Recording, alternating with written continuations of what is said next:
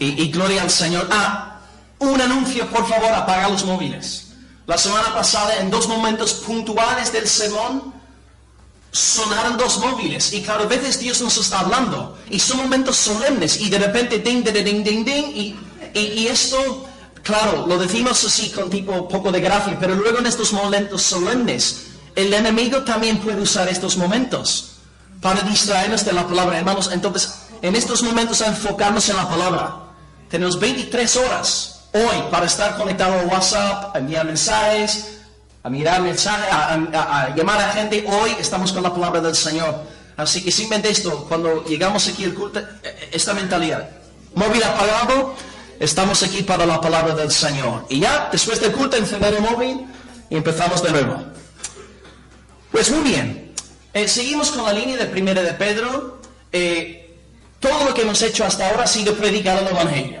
Hablar de facetas diferentes del Evangelio. Del versículo 1 hasta el versículo 12, Pedro no hace nada más sino predicar el Evangelio. El Padre nos escoge desde antes de la fundación del mundo. El Espíritu nos regenera en un momento concreto de nuestras vidas. El Hijo derrama su sangre por amor a nosotros. Y ahora tenemos una herencia incorruptible, incontaminada, inmarcesible, reservada en los cielos. Y Dios nos está guardando en el presente. Ante este anuncio del Evangelio, Pedro dice que podemos estar contentos y gozosos en el sufrimiento. Cosa que parece paradójica, ¿verdad? Gozarnos en el sufrimiento. Pero sí podemos hacerlo porque tenemos el Evangelio. Y Pedro dice que este Evangelio es tan grandioso que hasta los profetas del Antiguo Pacto y los ángeles del cielo desearon entender mejor este Evangelio. Y la semana pasada acabamos este primer trozo de Pedro diciendo que somos más privilegiados que los ángeles. ¡Qué pedazo de verdad, hermanos! ¡Gloria al Señor! Somos más bendecidos que los ángeles porque hemos recibido el Evangelio. Sabemos lo que es ser perdonados por el Señor.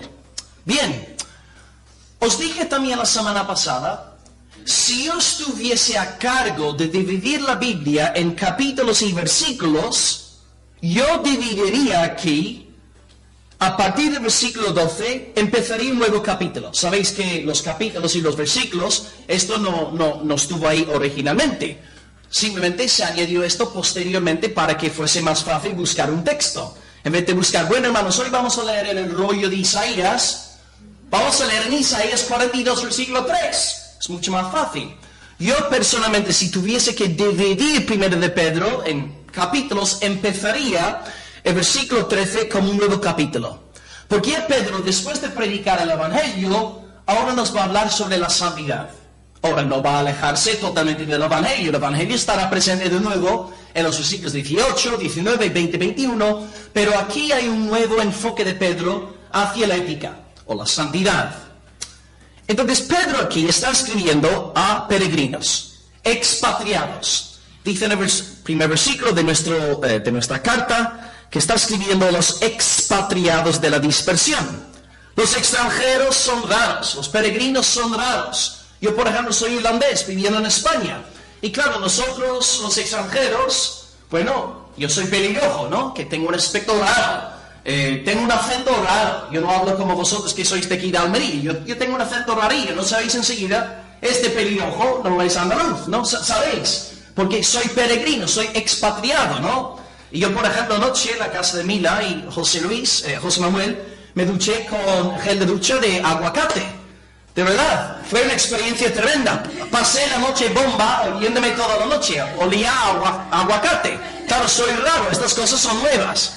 Vosotros lleváis toda la vida duchándoos con gel de ducha de aguacate. Yo no. Y lo pasé muy bien. Y lo voy a volver voy a comprarlo ahora en el futuro.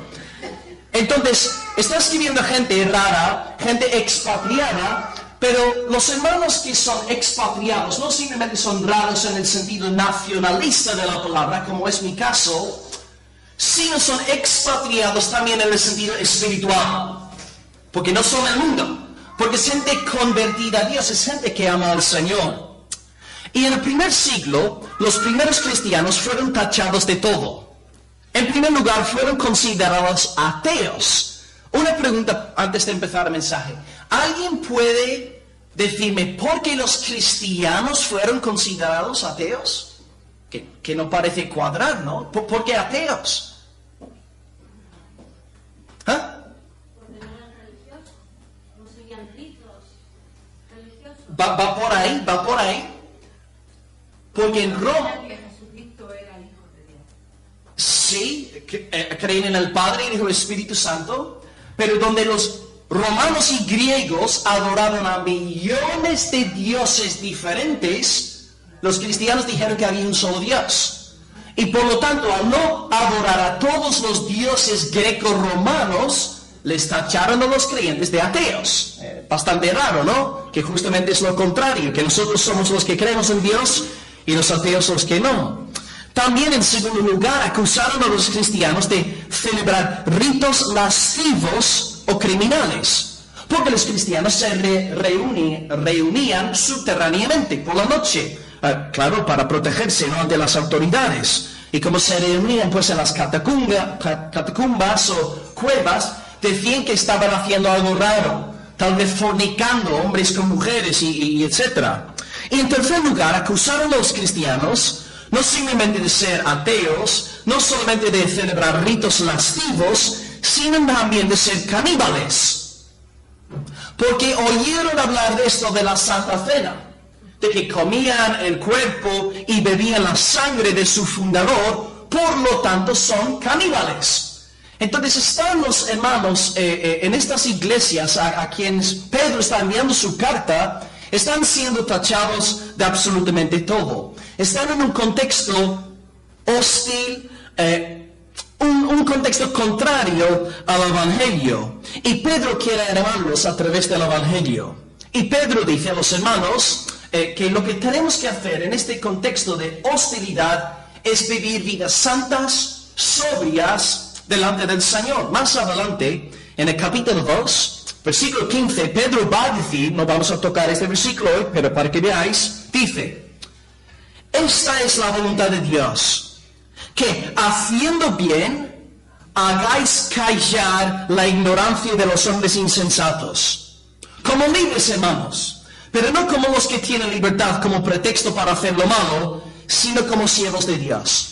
Y entonces Pedro lo que quiere hacer para la iglesia es sí predicarles el Evangelio, pero animarlos también a andar de una forma digna de la vocación con la cual han sido llamados. Y con este pues contexto en mente, vamos a abrir la Biblia en 1 de Pedro capítulo 1. Y hoy no vamos a leer el versículo 2, porque ya hemos acabado esta primera sección de la carta. Vamos a leer ahora a partir del versículo 13. Predicaremos hoy del 13 hasta el 16. Nunca hemos predicado de 4 versículos seguidos, pero como hay un hilo conductor, creo que si predicamos de estos 4 versículos juntos, no vamos a perder realmente mucho contenido. 1 Pedro 1, y leeremos del 13 hasta el 16. Si alguien quisiera leerlo en voz alta, y el título del mensaje es Sed Santos. Sed Santos. 1 Pedro 1, del 13 hasta el 16. Por tanto, tenid vuestro entendimiento para que la acción, sed sobrios en espíritu, poned vuestra esperanza completamente en la gracia que se os traerá en la revelación de Jesucristo. Como hijos obedientes, no os conforméis a los deseos que antes teníais en vuestra ignorancia, sino que así como aquel que os llamó es santo, así también sed vosotros santos en toda vuestra manera de vivir. Porque escrito está: sed santos, porque yo soy santo. Pues sí, y justo fue Mila, por cierto, en el culto de oración el sábado pasado, que pedías, ¿no?, al Señor: Señor, enséñanos sobre la santidad. Así que, oración contestada, hermana, oración contestada. Sí, contesta rapidito, antes de entrar en el texto entonces, primeras 2 palabras aquí: por tanto, por tanto. Esto quiere decir que lo que tú y yo estamos a punto de estudiar en esta mañana va ligado a lo anterior. No podemos leer 1 Pedro 1:13 sin leer los primeros 12 versículos. No podemos establecer ética sin hablar del Evangelio. No voy a entrar en este punto todavía, pero vamos a comentar esto a lo largo del mensaje. ¿Qué es lo que Pedro nos dice entonces en los primeros 12 versículos? Pues nos predica el Evangelio de salvación. El Padre nos ha salvado, el Hijo nos ha salvado, el Espíritu Santo nos ha salvado. Nos están guardando en el presente por su poder y luego hemos de recibir la gloria eterna. Los profetas y los ángeles desean entender esta salvación de una forma más clara. Entonces, si nosotros tenemos tantas bendiciones celestiales, vamos a vivir de una forma marcadamente distinta.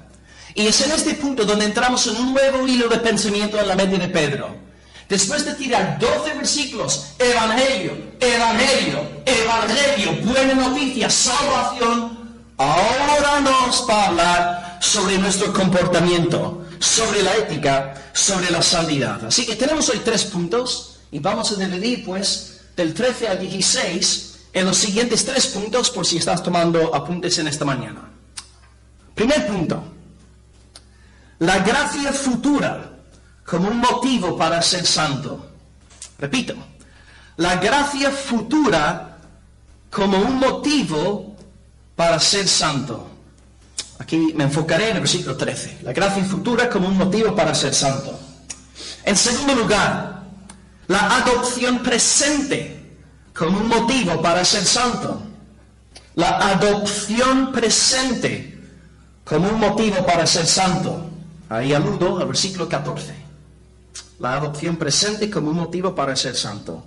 Y en último lugar, los últimos 2 versículos del texto, la santidad de Dios, la razón de razones para ser santo.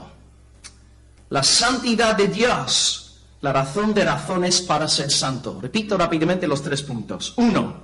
La gracia futura como un motivo para ser santo. Segundo lugar, la adopción presente como un motivo para ser santo. Y número 3, la santidad de Dios, la razón de razones para ser santo. ¿Bien? Muy bien. Pues con este bosquejo en mente vamos a leer el versículo 13 y empezar con el primer punto. La gracia futura como un motivo para ser santo. El versículo 13 dice lo siguiente.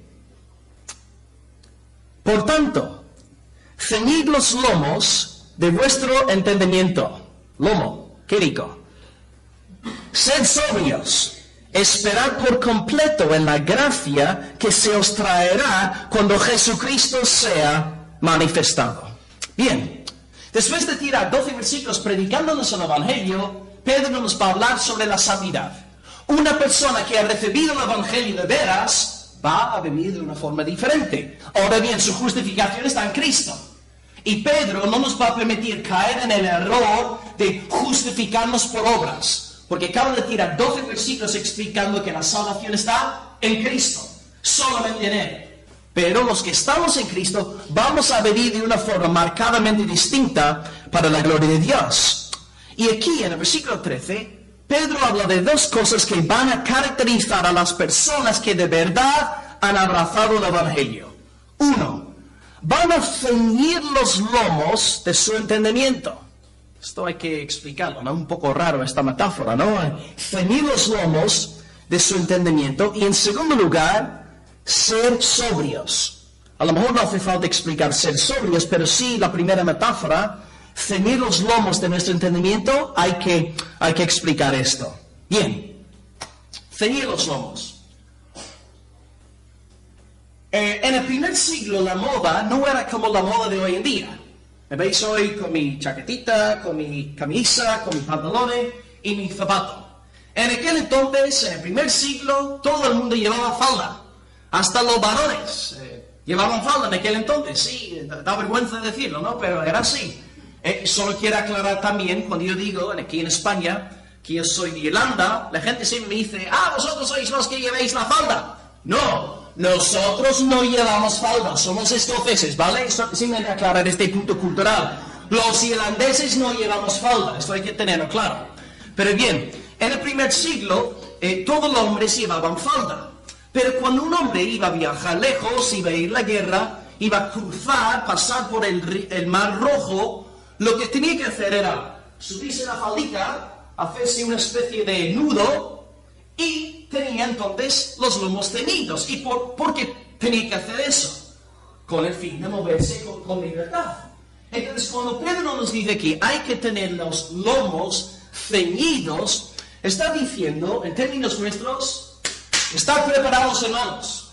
estar en alerta, poner gasoil, poner diésel en el coche, llenar el tanque, llevaros el chaquetón y un jersey, porque vais lejos. Esa es la idea.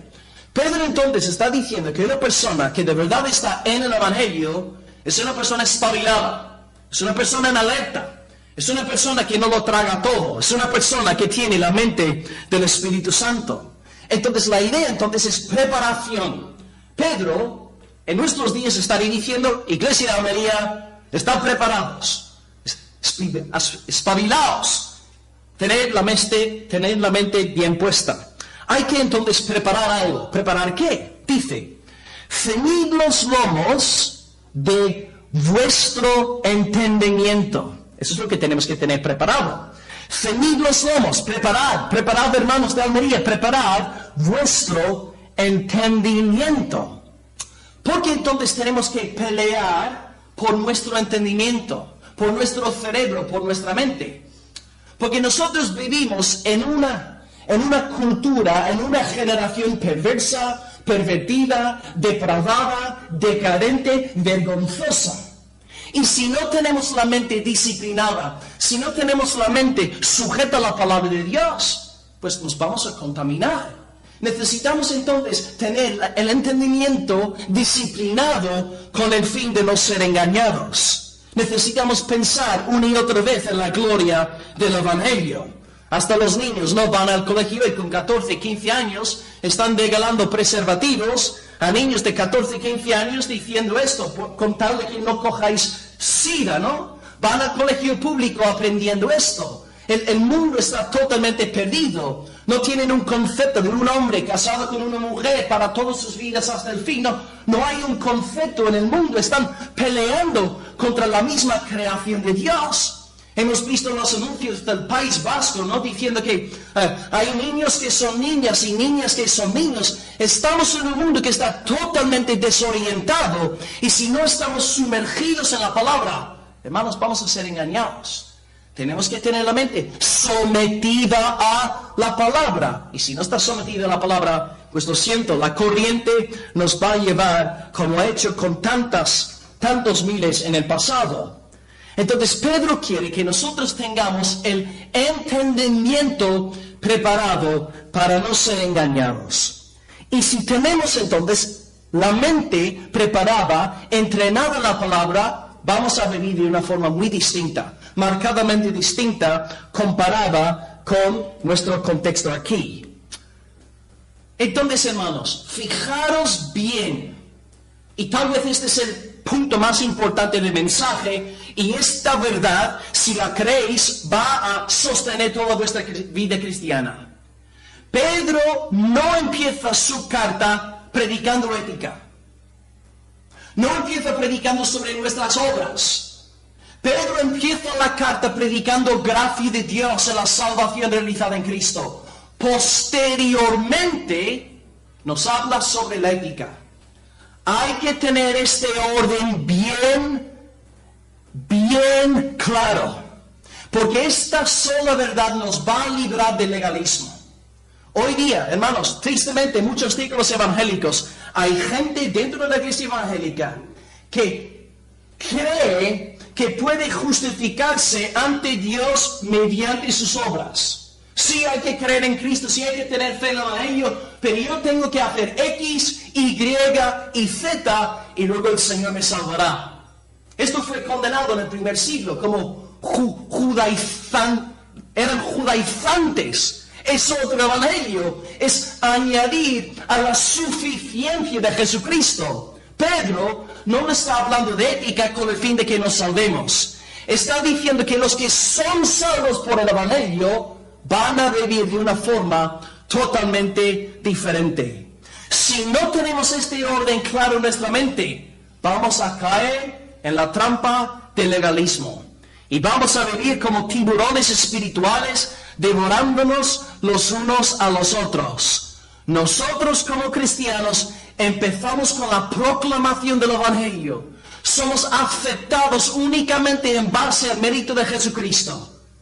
Y este mensaje produce una vida de obediencia. Ahí está la clave. La vida de obediencia no es la que me salva. Lo que me salva es Jesucristo. Su mérito, su justicia, su sangre derramada en la cruz. Pero este evangelio produce una vida agradable al Señor. Si tenemos esta distinción clara en nuestra mente, nos vamos a librar de muchos mensajes que se dan hoy en día en el nombre del Señor. El creyente no obedece a Dios por el mero hecho de obedecerlo. Obedece a Dios porque ha sido salvado por la gracia del Señor. Y su corazón está reposando de gratitud. Padre, tú me elegiste desde antes de la fundación del mundo. Hijo, tú derramaste tu preciosa sangre por mí en la cruz. Espíritu Santo, tú me diste vida cuando estaba muerto en delitos y pecados. Por lo tanto, en gratitud por tu salvación, te obedezco, te sigo, te amo, te alabo. Ahí está el latir del corazón del verdadero Hijo de Dios. Primero gracia, luego ética. Nunca al revés. Hacemos las cosas al revés, caemos bajo la condenación apostólica.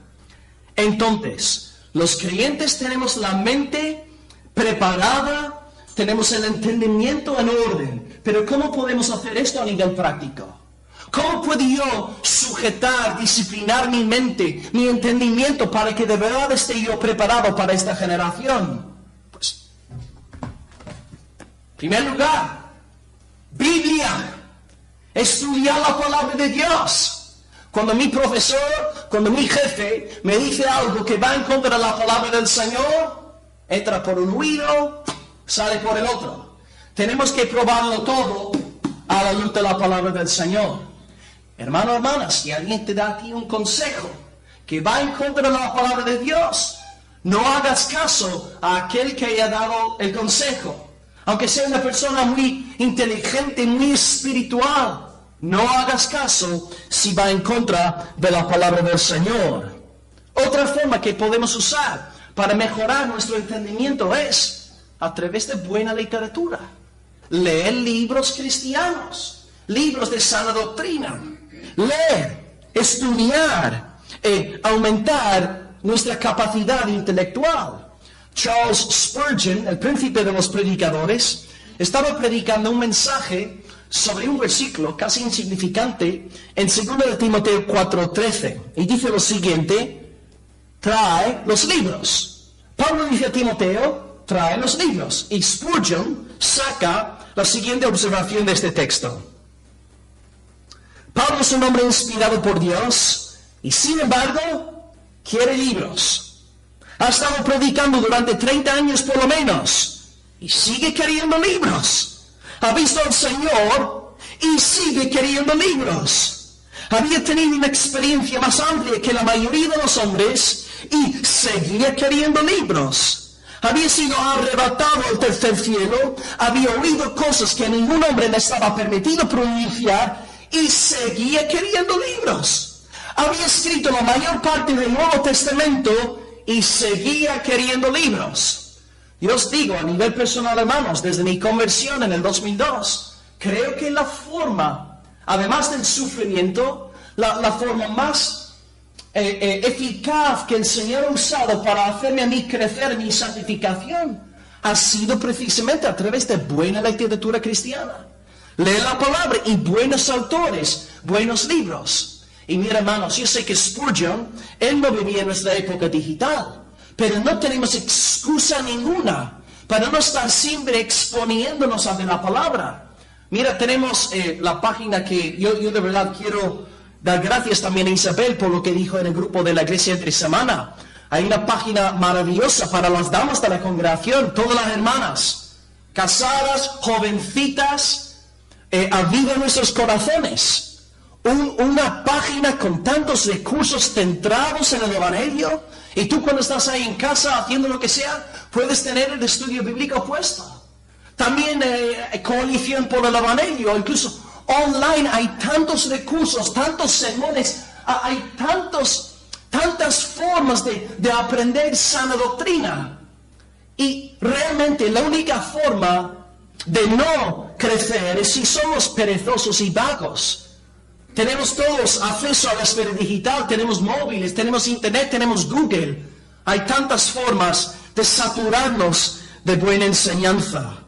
Entonces, hermano, entender que Dios te da una mente, te da un cerebro, no para que seas un tontito. Él te llama para que uses tu mente para su gloria.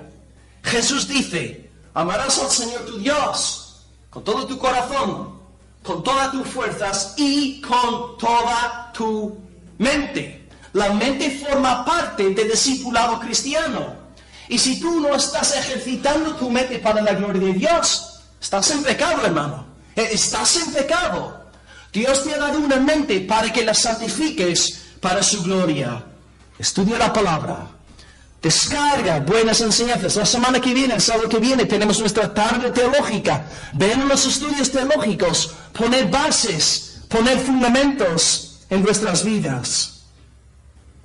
Entonces, ceñid los lomos de vuestro entendimiento, hermanos. Prepararos intelectualmente. Leer, indagar, escuchar, poner sermones. No permitáis que un día pase sin escuchar la palabra. Congregaros los domingos por la mañana para recibir la enseñanza de la palabra de Dios. Y luego Pedro dice una segunda cosa. Sed sobrios. En el siglo XIII, lo leo nuevo, dice, por tanto, ceñid los lomos de vuestro entendimiento. Entonces, prepararnos mentalmente, siempre estar exponiéndonos a la palabra y ser sobrios. Ser sobrios. El cristiano no es llamado a ser un payaso. No dice, hermanos, ser payasos, no. Sed sobrios, sed sensatos. Aquí realmente no hace falta explicar nada, porque creo que todos sabemos que es un hombre sobrio y que es un hombre borracho, ¿no? Todos hemos visto un hombre borracho por la calle, y nadie se entera de nada, porque el hombre está borracho. Pero un hombre sobrio, una mujer sobria, tiene la cabeza bien puesta. Sensata, razona, no lo traga todo. Un hombre borracho por la calle es fácil robarle 50 pavos, ¿no? Porque no se entera lo que está pasando, le quitas lo que sea. Pero con una persona sensata, con una persona sobria, ya no es tan fácil engañarle. Entonces Dios nos llama a ser sobrios, a ser sensatos, a no estar borrachos, a tener nuestra mente bien disciplinada. Y sabremos que tenemos la mente bien disciplinada, porque cuando una persona empieza a decir algo que no va conforme a la palabra, hay como una especie de alarma dentro de nosotros, ¿no? Que dicen, herejía, herejía. Hay algo en nosotros, aunque no entendamos plenamente la verdad bíblica, pero hay algo en nosotros, como tenemos la mente entrenada por el Espíritu, no lo vamos a tragar todo. Entonces, hermanos, a ser sobrios, sensatos, a tener peso en el alma, no ser livianos, no ser light, no ser payasitos, ser sobrios para la gloria del Señor. Entonces, la sobriedad es una marca. La seriedad es una marca de una persona que de verdad ha conocido el Evangelio. Porque la persona que ha conocido el Evangelio sabe que es malo, sabe que es depravado y por lo tanto no se cree nadie. La persona que no ha sido golpeado en su corazón, la persona que sigue creyéndose bueno, pues sigue con este espíritu light y liviano, jiji, jaja. Pero una persona que ha visto la gloria de Dios revelada en el Evangelio, esta persona ha caído en el polvo clamando a Dios por misericordia. Y hay una sobriedad en el alma, hay un peso, hay una seriedad que antes no había. Y te lo digo yo, que antes era un payaso. Os lo confieso antes de convertirme a Cristo. Y cuando vi la gloria del Señor, cómo me quitó todo aquello. Cómo me quitó todo aquello afán de ser un payasito. Sobriedad. Sobriedad es la marca de una persona que de verdad ha conocido el Evangelio de Cristo. Porque entonces ceñimos los lomos de nuestro entendimiento, porque andamos en sobriedad. ¿Por qué? ¿Por qué? El versículo 13 nos lo explica ahí justo a finales. Porque estamos esperando por completo la gracia que se nos traerá cuando Jesucristo sea manifestado. Por esta razón, Los cristianos no nos preparamos intelectualmente para ser más listos. Los cristianos no andamos en sobriedad para ser gente seria, no. Lo hacemos porque sabemos que la gracia de Dios nos ha de alcanzar en el futuro. Hay una meta, hay un propósito. No estamos perdiendo el tiempo. Cristo ha de volver por segunda vez. Entonces esta esperanza tiene que apoderarse de nuestro corazón.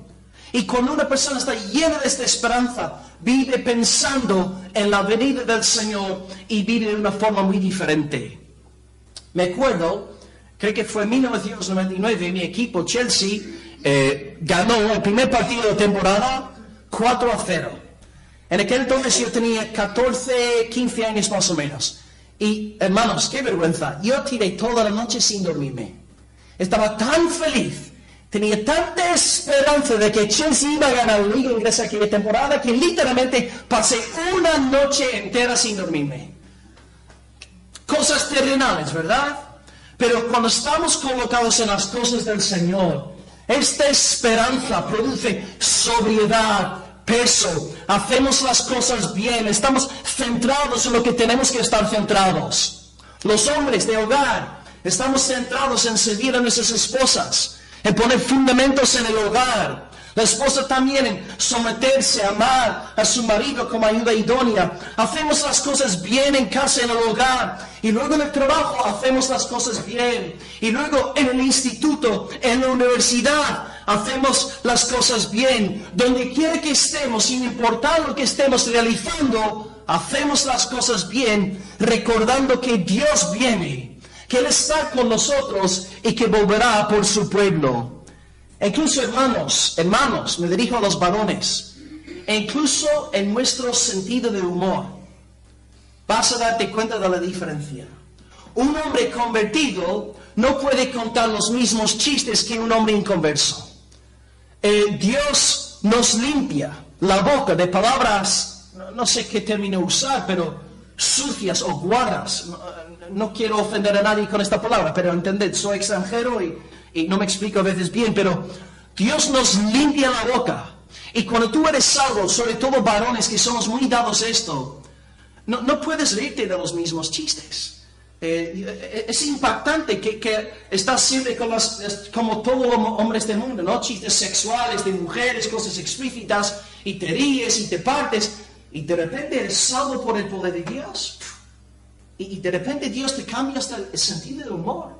Y no puedes contar ya más chistes verdes, porque Dios te limpia la boca. Incluso en estas cosas que parecen ser insignificantes, Dios revoluciona todo. Hay una sobriedad en todas las esferas de nuestra vida. Es la gracia del Señor, porque estamos esperando su segunda venida. La esperanza entonces para nosotros, hermanos, es la segunda venida de Cristo. Porque os digo, vosotros vais a vivir de una forma santa en este mundo, os van a crucificar, os van a crucificar, os van a lanzar piedras, os van a insultar por las páginas de Facebook, por páginas web online, te van a llamar de todo. Pero tu esperanza no está en los aplausos del hombre. Tu esperanza está en la segunda venida del Mesías de Jesucristo. Pon tu mirada en Cristo, en el Rey de Reyes, y Él te va a vindicar en el último día. Sé santo para la gloria del Señor. Y Él te dice, en Juan 14, versículo 1, no se turbe vuestro corazón. Yo vendré otra vez, os tomaré a mí mismo, para que donde yo esté, vosotros también estéis. Si tenemos tales promesas de parte de Cristo, podremos enfrentar cualquier batalla aquí en este mundo. Que nos tachen de locos, que nos tachen de santurones, que nos tachen de evangelistas, ¿qué más da? Cristo viene, estaremos con Él para toda la eternidad. Por lo tanto, andemos, hermanos, con el entendimiento bien ceñido, y andemos también en sobriedad, seriedad, amando al Señor. Entonces te pregunto, hermano, en esta mañana, ¿estás andando con los lomos de tu entendimiento ceñidos? ¿Estás estudiando la palabra de Dios? No simplemente aquí el domingo en la exposición de la palabra. Entre semana estás estudiando la palabra, rumiándola, Tienes podcasts, puestos sermones online, estás saturándote de las escrituras. Pues gloria al Señor. ¿Estás siendo sobrio, hermano o hermana? En tu hogar, hay sobriedad en tu hogar, hay locura, hay caos en tu hogar, hay sobriedad o caos. En tu trabajo, en todas las áreas de tu vida, ¿hay sobriedad o hay liviandad? Hay payasitos ahí andando por ahí. Dios nos llama, ceñid los lomos de vuestro entendimiento, ceñid los lomos, sed sobrios, hermanos. Son las marcas de personas que de verdad conocen el Evangelio, porque han conocido su estado. En segundo lugar, el versículo 14. Hemos hablado de la gracia futura como un motivo para ser santo. Cristo viene, esta venida es la gran esperanza nuestra, y a la luz de esta venida nos santificamos a nosotros mismos. Y en segundo lugar, Pedro nos ofrece otra razón por la cual ser santos. Dice lo siguiente en el versículo 14. Como hijos obedientes, no os conforméis a los deseos que antes teníais estando en vuestra ignorancia. Repito, como hijos obedientes, no os conforméis a los deseos que antes teníais estando en vuestra ignorancia. Entonces, el segundo punto es la adopción presente como un motivo para ser santo. De nuevo, aquí no hace falta explicar mucho. Está bastante clarito, ¿verdad? Todos entendemos el concepto de adopción. ¿Verdad? Es bueno para explicarlo biológicamente, no es tu hijo. Sin embargo, tú adoptas a un niño que no tiene padre y luego este niño pasa a vivir contigo en tu familia. Es adopción. Y pues es una buena metáfora para entender la salvación. Porque nosotros por naturaleza somos hijos de Adán, hijos de Eva, caídos, depravados. Sin embargo, en la salvación somos adoptados. Volvemos a ser de la familia de Dios mediante adopción. Entonces aquí Pedro dice que esta adopción, el hecho de ser hijos de Dios, nos impulsa a obedecerle. Dice el versículo 14, como hijos obedientes, como hijos obedientes. El razonamiento de Pedro entonces es, una persona que ha aceptado, versículos 1 al 12, una persona que ha abrazado el Evangelio, es un hijo de Dios. Y si una persona es una hija de Dios, verdaderamente hijo o hija de Dios, esta persona tiene un deseo en su corazón de ser obediente. Hay una nueva disposición en el corazón del creyente que no tiene el incrédulo, que no tiene el hipócrita religioso que asiste a los cultos los domingos por la mañana. No, el que verdaderamente ha conocido el Evangelio, ha sido conquistado por el Evangelio, tiene una nueva disposición. Hay algo en nuestro corazón que no nos permite andar en desobediencia. Y si metemos la pata, nos sentimos viles. Tú a lo mejor esta semana has metido la pata, has pecado contra el Señor, y no hace falta que yo me levante hoy al púlpito y nombrar concretamente cuál fue tu pecado, la hora que lo cometiste, porque dentro de ti mismo te sientes miserable, te sientes mal. ¿Por qué? Porque eres una nueva criatura, porque en ti hay una disposición hacia Dios que antes no tenías, y ahora tú no puedes pecar gozosamente. Donde el incrédulo sí. El que no es del Señor va al mundo, se emborracha, fornica todo lo que pueda y hace todo lo que le viene a la mente y puede hacerlo y estar feliz. Una persona nacida de Dios no puede hacerlo. Dios no va a permitir que un hijo de Dios siga así, en desobediencia. No lo va a permitir, porque hay una nueva disposición en el corazón. Hay una disposición de obediencia. Ahora bien, hermanos, no sé si alguna vez habéis leído Deuteronomio capítulo 21. ¿Y qué pasaba con los hijos rebeldes en el antiguo pacto? ¿Alguien sabe qué pasaba con los hijos rebeldes? ¿Sí? ¿Qué pasaba? ¿Sí? Sí, hermana. Uf, madre mía. ¿Te imaginas si volviéramos a hacer esto hoy en día? ¿Cuántos de los niños y jóvenes que están aquí hoy sentados estarían aquí hoy? O los padres. ¿Cuántos padres estarían aquí hoy si nuestros padres hubieran hecho esto con nosotros? Gracias al Señor que las cosas así han cambiado en el nuevo pacto. Pero la disposición del hijo, lo que Dios espera de un hijo, es que obedezca a su padre. Es natural, es lógico. Y esta verdad se aplica a la esfera espiritual también. El que es un hijo de Dios, pues ama a Dios, se deleita en Dios, quiere fomentar la gloria de Dios y no soporta que el nombre de Dios sea pisoteado. Entonces, ¿dónde entra entonces el conflicto? Si Dios quiere que los hijos sean obedientes, ¿dónde surge el problema? Pues el versículo 14 nos dice que como hijos obedientes, no os conforméis a los deseos que antes teníais estando en vuestra ignorancia. Entonces, obediencia por un lado, deseos del viejo hombre por el otro lado. De nuevo, un ejemplo de la vida cotidiana, para que veamos esto. Tu padre dice, mira, hijos, vamos a ir hoy al fútbol. Y en España, ¡no! ¡Yo quiero ir al parque! ¡Yo quiero ir al parque! ¿Dónde está el problema? La voluntad del padre, fútbol. Pero el niño tiene un deseo contrario al deseo del padre. Entonces, ¿qué tiene que hacer el niño? Un niño regenerado, salvo por el poder de Dios, vamos a hacer lo que mi papá diga, ¿no? Porque eso es, sí señor, tú eres papá, tú mandas. Yo una vez en Irlanda, de nuevo, somos ahí, ya sabes, las madres irlandesas, claro, una vez había un predicador del País Vasco y se quejaba en el sermón. Y me tocaba a mí predicar después de él. Los dos estábamos predicando. Y él decía, mira, la madre vasca es una mujer que primero pregunta, luego te pega. Primero pregunta, luego pega. Y él se estaba quejando, ¿no? De que las madres vascas eran muy duras. Y yo, mira, hermano, madres irlandesas te pegan una vez y luego te pegan otra vez y no te preguntan absolutamente nada. Y hermanos, yo una vez en mi vida cometí un error muy grande como niño. Una vez yo dije a mi padre, ¿por qué? Nunca volví a cometer aquel error. Cuando papá dice algo, sí señor, vamos a hacer lo que dice papá. Pero una vez yo me puse muy rebelde y dije, ¿por qué papá?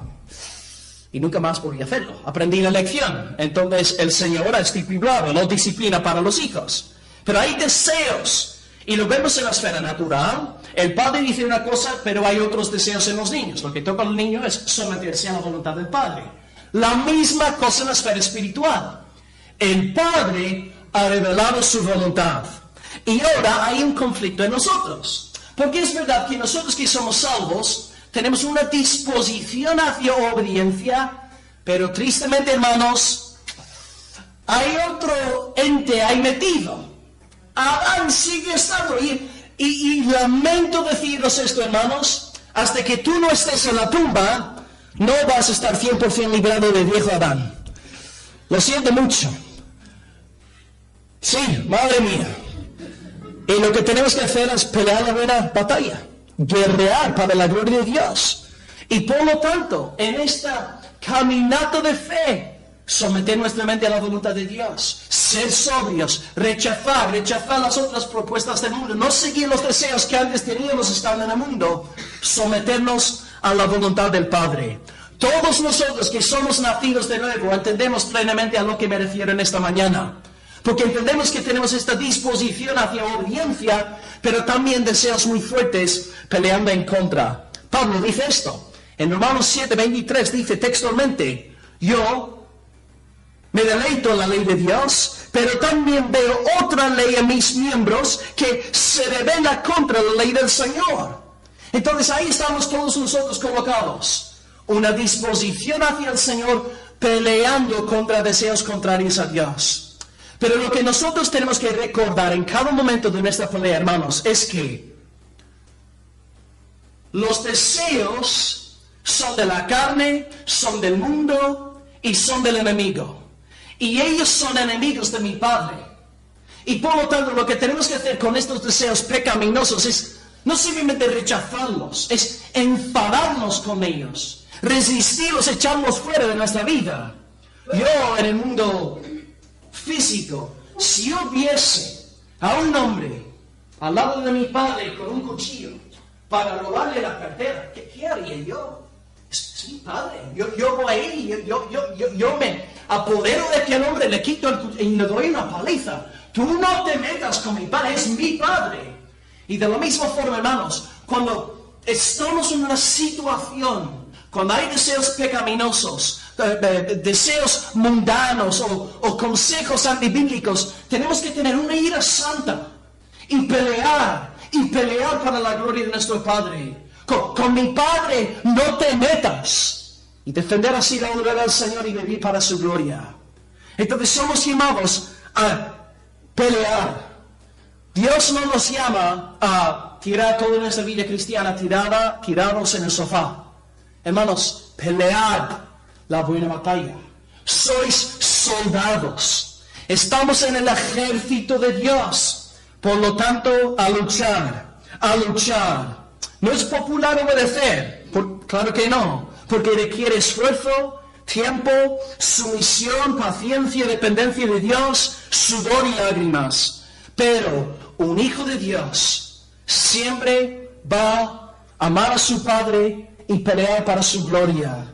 Y si metemos la pata, nos arrepentimos enseguida y pedimos al Padre por perdón. Hermano, hermana, no tontees con el enemigo. No tontees con Satanás. Sé valiente en la lucha. Pelea contra tus deseos pecaminosos. Y si estás metido en una tentación concreta, estás peleando contra un pecado concreto en tu vida, la próxima vez que vas a cometer aquel pecado, recuerda a Jesucristo. Recuerda a Cristo en la cruz.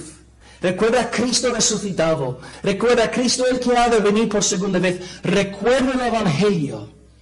Empieza a alabar a Dios por el Evangelio. Ya verás como el deseo de pecar contra el Señor desaparezca. Y una frase que puso mi esposa en su página de Facebook fue hace un par de semanas, o de John Piper, ¿no? Que Dios está más glorificado en nosotros cuando estamos más satisfechos en Él. Las únicas veces cuando pecamos cuando no estamos plenamente satisfechos en Dios. Por lo tanto, ¿qué tenemos que hacer? Llenarnos del Señor, alabarle por el Evangelio, leer las Escrituras, alabar, adorar al Señor, y luego el tentador se va. Entonces, hermano, hermana, sé valiente. Acuérdate del Evangelio, acuérdate de tu Padre, acuérdate del poder del Espíritu Santo y haz guerra contra el enemigo. Haz guerra contra Satanás. Tu enemigo no es tu padre, tu enemigo no es tu madre, tu enemigo no son los hermanos de la iglesia, tu enemigo no es el pastor, el predicador, no. Tu enemigo es Satanás. Tu enemigo verdadero es tu naturaleza caída. Ahí está el problema, ahí está la lucha. A guerrear para la gloria del Señor, a pelear para la fama de su nombre. Y en tercer lugar, hermanos, la razón de razones para ser santo. Hemos hablado de que la gracia futura es un motivo para ser santo. En segundo lugar, hemos hablado de que la adopción presente es una razón para ser santo, porque somos hijos. Y en tercer lugar, la santidad de Dios es la razón de razones para ser santos. Y ahora vamos a leer los versículos 15 y 16. Si alguien quisiera leerlos en voz alta.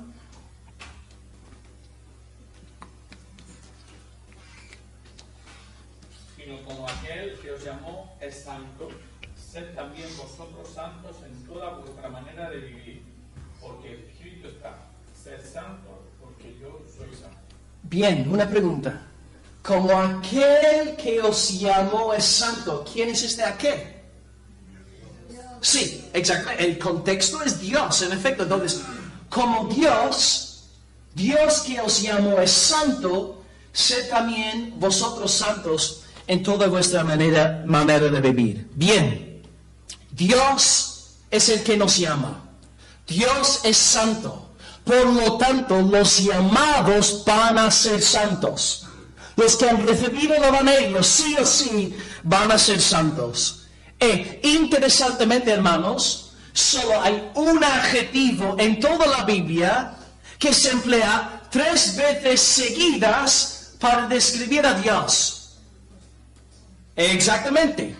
En Isaías 6, versículo 3, Isaías ve una visión de la gloria de Dios y los ángeles tienen un cántico. Santo, santo, santo es el Señor Dios de los ejércitos. Toda la tierra es llena de su gloria. Santo, santo, santo. Es el único lugar de toda la Escritura donde se emplea un solo adjetivo 3 veces para describir a Dios. Por lo tanto, si Dios es santísimo, con S mayúscula, los que han sido llamados a ser suyos también han de ser santos. No de forma legalista, sino de forma agradecida y gozosa. Entonces, en nuestra forma de vivir, hermanos, Dios nos llama a la santidad. Los hermanos en Asia Menor están sufriendo persecución, machacados, reventados, pero Pedro les insta a la santidad. En el versículo 4, ¿no? Dice que tenemos que ser hijos obedientes. Y aquí en 15 y 16 nos llama a ser santos. Y si volvemos al principio de la carta, en versículo 2, fíjate lo que dice la Escritura. 1 Pedro 1:2, elegidos según la presciencia de Dios Padre, en santificación del Espíritu, para obedecer. Ahí está ya latente en el segundo versículo. Entonces Pedro presupone que aquel que haya sido escogido por Dios, lavado por Cristo, regenerado por el Espíritu, presupone que esta persona vaya a ser santa, obediente para la gloria del Señor. Entonces, hermanos, en la esfera laboral, sed santos.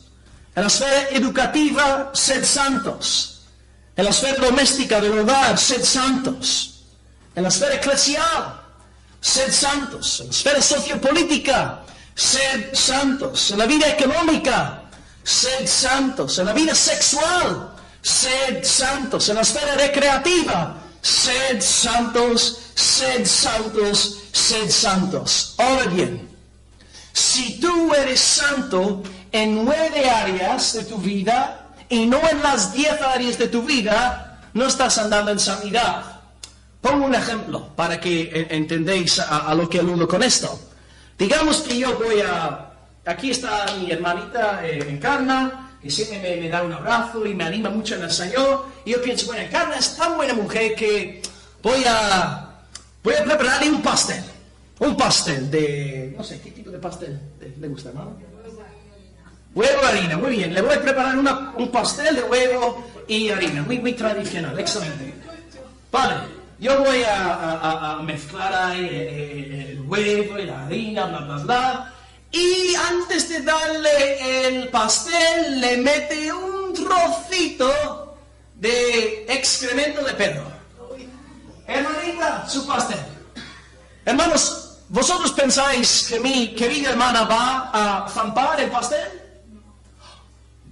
Pero si tiene 99% huevo, harina, trigo, tal vez un poco de chocolate, solo tiene 1% excremento de perro. ¿Por qué no va a comer el pastel? ¡Es asqueroso! No hay que preguntar esto. ¿Cómo vas a preguntarme si va a comer un pastel con 1% caquita de perro? ¿Que estás loco? Claro, porque 1% de excremento de perro contamina todo el pastel. Por lo tanto, aunque sea pastel elaborado por el mejor cocinero de toda España, la hermana no puede comerlo. De la misma forma, hermano, hermana, si tú no estás dispuesto a zampar un pastel, 99% chocolate, harina, trigo y huevo, 1% caquita de perro, ¿cómo podemos esperar que Dios se agrade de una vida de 99% santidad y 1% de nosotros nuestra caquita de perro? ¿Ves, hermanos? ¿Ves que es muy fácil no comer algo y luego no aplicarlo a la esfera espiritual? Entonces, hermanos, Dios quiere santidad en todas las esferas de nuestra vida. Y si hay alguna determinada área de nuestra vida donde no hay santidad, pues a arrepentirnos. a arrepentirnos, a pedirle perdón al Señor y hacer las cosas bien delante de Dios. 100%, de nuevo, vamos a equivocarnos, vamos a meter la pata, Adán sigue ahí, tenemos que pelear. Sin embargo, después de caer, nos levantamos, confesamos nuestros pecados, y Él es fiel y justo para perdonarnos nuestros pecados. Entonces, hermanos, seamos santos. Y Pedro aquí está citando de Levítico, capítulo 11, versículo 44, donde dice, sed santos, porque el Señor, vuestro Dios, es santo. Cuando oímos esta frase, hermanos, sed santos, recordemos que no nos está hablando un tirano celestial, un déspota, como Pol Pot, o Hitler, o Stalin, o Franco, no. Nos está hablando el yo soy, el Padre que nos amó desde antes de la fundación del mundo. Nos está hablando el amado Hijo que derramó su sangre por nosotros. Nos está hablando la voz del precioso Espíritu de Dios, el cual cambió nuestro corazón, quitando la piedra y concediéndonos un corazón de carne para su gloria. Recordemos, hermanos, que este mandato es de una persona que amamos de todo corazón. ¿Os acordáis que os conté una anécdota en el día de mi boda? Cuando el pastor, después de 10, 15 minutos, me dijo por fin, William, besa a tu esposa. Y os dije, quería besar al pastor, ¿no? Por darme el mandato. Todo lo que había en mí deseaba el mandato. Cuando oímos esta frase, hermanos, sed santos, recordemos que no tenemos que escuchar esta frase de forma legalista, sino de la boca del que es todo amor, del que es todo codiciable, del que ha hecho todo por amor a nosotros. Satanás siempre intenta pintar a Dios de gris y de negro, pero nos acordamos de Génesis. Y cuando Satanás se le presenta a Eva, le dice a Eva, oye, ¿con qué Dios os ha dicho? No comáis de todo árbol del huerto. Satanás citó una sola parte del mandato de Dios. ¿Alguien se acuerda del mandato pleno de Dios? ¿De lo que Dios de verdad dijo? Exactamente. Dios dice a Adán y Eva, Adán, ¿ves todo esto árboles, hermanito? Todo para ti. Millares y millones de árboles por todo lado con plátano, melocotón y manzanas. Adán tenía una mercadona ahí montada para sí mismo. Adán, come de todo. Pero de este árbol aquí de la ciencia del mal no comerás. Cuando llega el tentador, el único árbol que tiene en mente es el único que Dios le había prohibido al hombre a que comiese. ¿Por qué Satanás hace esto?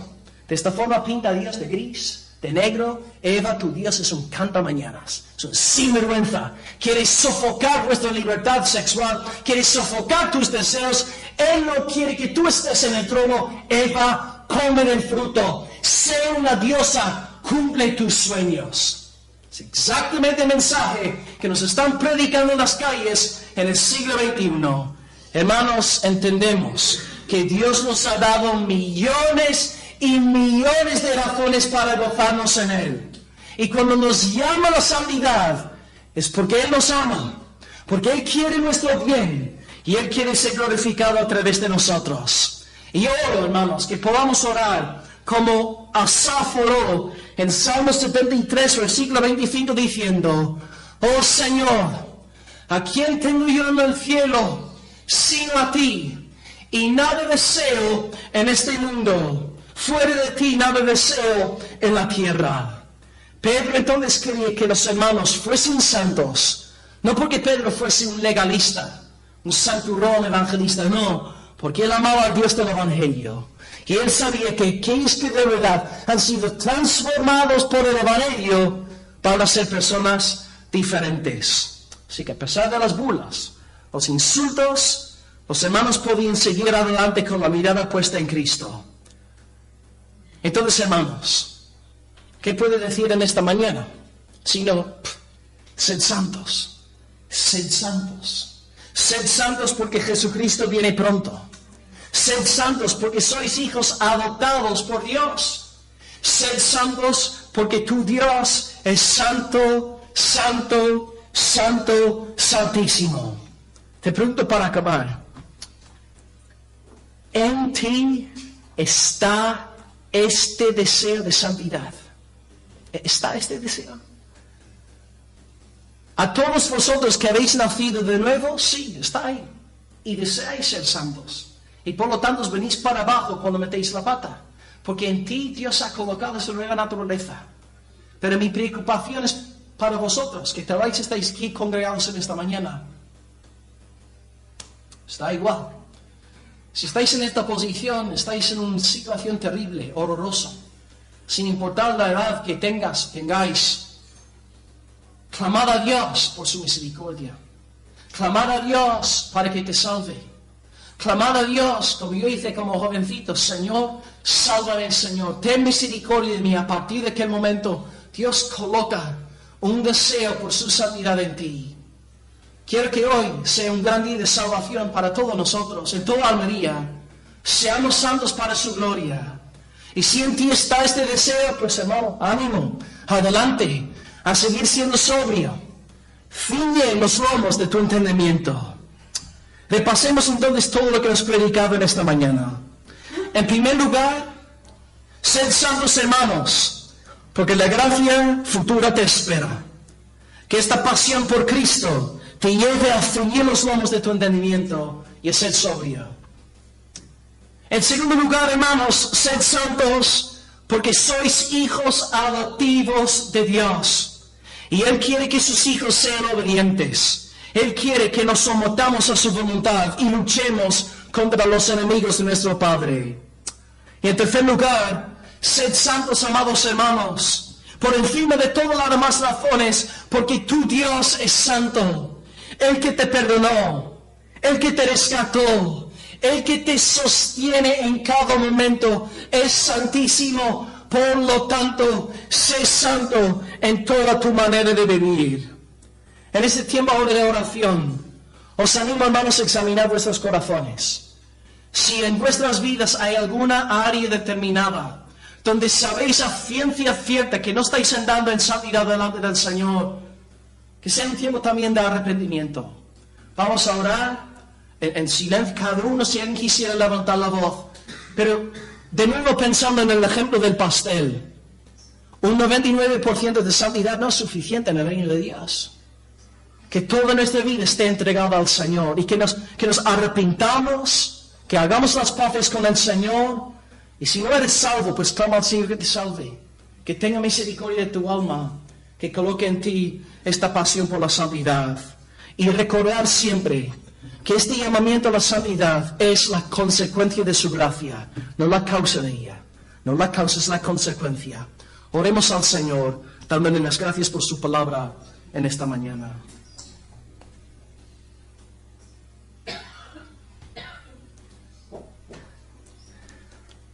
Sí, Señor.